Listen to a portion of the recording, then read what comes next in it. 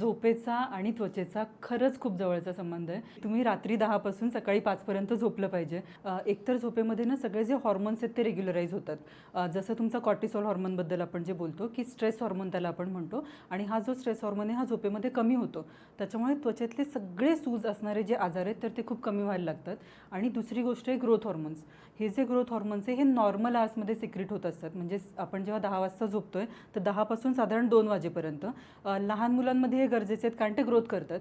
पण मोठ्या माणसांमध्ये आपल्यामध्ये ते का गरजेचे आहेत? कारण की तुमच्या बॉडीमध्ये जे काही रिपेअर मेकॅनिझम चाललं असतं तर ते करणं ग्रोथ फॅक्टर्सचं काम आहे. आणि तिसरं जे झोपेशी रिलेटेड हॉर्मोन असतं आपण मेलाटोनिन म्हणतो त्याला.